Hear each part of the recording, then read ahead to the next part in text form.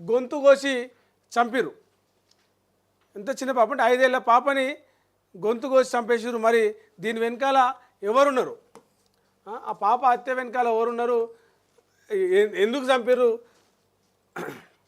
అలా కుటుంబ తగాదాలు, ఇంట్లో పంచాయతీల వల్ల పాపని గొంతు కోసి చంపాల్సిన అవసరం ఏముంది అనేది కూడా నిన్న మొత్తం కూడా ఇదే వార్త. అంటే పాపని చంపడం ఏంది, చిన్న పాపని, ఆమె చేసిన నేరం ఏంది, ఆమె చేసిన తప్పేంది, వీళ్ళు పంచాయతీ పెట్టుకొని చిన్న పాపని ఎందుకు చంపారు అనేది కూడా మొత్తము డిస్కషన్గా మారింది. ఒకసారి చూద్దాం. అది జగిత్యాల జిల్లా కోరుట్ల పట్టణం ఆదర్శ నగర్లో జరిగిన 5 ఏళ్ల హితీక్ష హత్య కేసు కీలక మలుపు జరిగింది.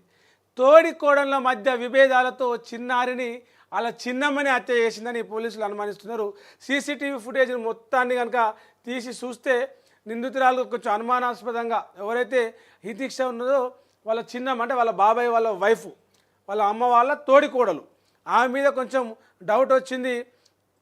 ఆ డౌట్ తోటి ఆమెను తీసుకొని విచారణ చేస్తే ఇంకా కొన్ని అదుపులోకి తీసుకుని విచారణ జరుపుతూ ఉన్నారు. ఇక డీటెయిల్స్లోకి పోతే ఆకుల మదన్ లక్ష్మీ దంపతులకు 2 కొడుకులు, రామ్ లక్ష్మణ్ ఉన్నాడు. పెద్ద కొడుకు రామ్ భార్య నవీన, చిన్న కొడుకు లక్ష్మణ్ భార్య మమత తోడి కోడళ్ళు. హితీక్ష రామ్ నవీన దంపతుల కూతురు. అయితే వీళ్ళిద్దరి మధ్యలో ఏం పంచాయతీలు ఉన్నాయో గత కొంతకాలంగా తోడి కోడలు నవీన మమతల మధ్య పంచాయతీలు అవుతున్నాయట. శనివారం సాయంత్రము హితీక్ష పిల్లలతో కలిసి బయట ఆడుకునేందుకు వెళ్ళింది. చాలాసేపటి అయినా కూడా ఇంటికి రాకపోవడంతో చిన్నారి కోసం వాళ్ళ అమ్మ నాయన వాళ్ళందరూ కూడా దేవులాడితే చివరికి పక్కింటి బాత్రూంలో చచ్చిపోయిన స్థితిలో హితీక్ష దొరికింది.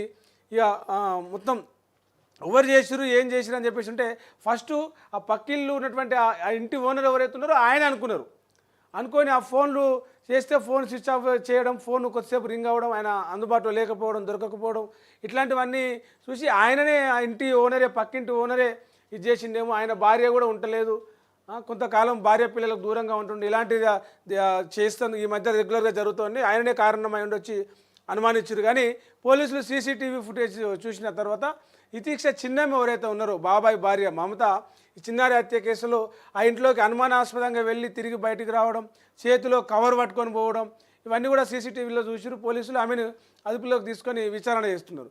అయితే ప్రాథమికంగా ఆమెనే ఎవరైతే ఆ చిన్నమ్మ ఉన్నదో, ఆ మమత ఉన్నదో, ఆమెనే నేనే నేరం చేసిన అని చెప్పేసి ఒప్పుకున్నదట. గతంలో కొంతకాలంగా ఇద్దరు వాళ్ళ అమ్మతోటి, హితీక్ష వాళ్ళ మమ్మీతోటి గొడవలు జరుగుతుండడం వల్ల ఆ గొడవలే ఈ చిన్నారి హత్యకు కారణం అని చెప్పేసి అనుకుంటా ఉన్నారు. 20 మందికి పైగా భవన నిర్మాణ కార్మికులను అదుపులోకి తీసుకొని కూడా విచారిస్తున్నారు. మృతురాలి నానమ్మ లక్ష్మి, మేనత్త మానసలను విచారించి వదిలిపెట్టారట. కొంతమంది మీద కూడా ఇంకా వేరే వాళ్ళ మీద ఇంకెవరైనా హస్తం ఉందా అని చెప్పేసి అనుమానం వ్యక్తం చేస్తూ ఉన్నారు. మమత ఒకతే చేసిందా, ఆమెకు ఎవరైనా సహకరించిరా అనే కోణంలో కూడా పాపం ఈ విషయంలో ఆ చిన్న పాప వాళ్ళ తల్లితోడు గొడవ పెట్టుకొని ఆ చిన్న పాపను అంటే నిస్సహాయ స్థితిలో ఏం తెలియని పాపను పిన్ని అని చెప్పేసి నమ్మి ఆమెతో ఆడుకోవడానికి ఉన్న ఆ పాపని చంపడం అనేది చాలా ఘోరం. వీళ్ళ తాత హితీక్ష వాళ్ళ తాత సౌదీలో సివిల్ కాంట్రాక్టర్గా పనిచేస్తున్నాడు. రాము వాళ్ళ నాయన రిగ్గర్గా పనిచేస్తున్నారు సౌదీ అరేబియాలో. ఇద్దరు చిన్న పాప చచ్చిపోయింది ఇట్లా సంగతి అని తెలియగానే మొత్తం 24 గంటల్లోనే సౌదీ నుంచి వచ్చి చూసి చిన్న పాప మృతదేహాన్ని చూసి తల్లడిల్లిరు. ఆ పాప మా తల్లిదండ్రులు వాళ్ళ తాతకి ఇట్లా చాలా గారాభంగా పెంచుకున్నటువంటి ఆ పాపని ఇట్లా కిరాతకంగా హత్య చేయడం, గొంతు కోసి అసలు ఏమంటారు మృతదేహాన్ని చూసేందుకు కూడా వీలుగానంత ఘోరంగా చిన్న పాపని చంపి ఆ ముఖంలో నిండా పాప మొహం అంతా కూడా అమాయకత్వంతో ఉండిపోయింది. ఆ పాపని చంపడానికి ఇంత చిన్నారి ముద్దు ఉన్న పాపని గొంతు కోసి చూస్తే కళ్ళు కూడా తెలుస్తున్నాయి. చాలా ఘోరంగా హత్య చేసిరు ఆ పాపని. వాళ్ళకి సంబంధించిన ఎవరైతే కఠిన శిక్ష వేయాలి, ఇట్లాంటివి చేయాలంటే కూడా మళ్ళీ భయపడేటట్టుగా శిక్షలు అమలు చేస్తేనే చక్కగా అవుతారు, లేకపోతే ఇట్లాంటివి జరుగుతూనే ఉంటాయి. ఇక ఇది ఇట్లా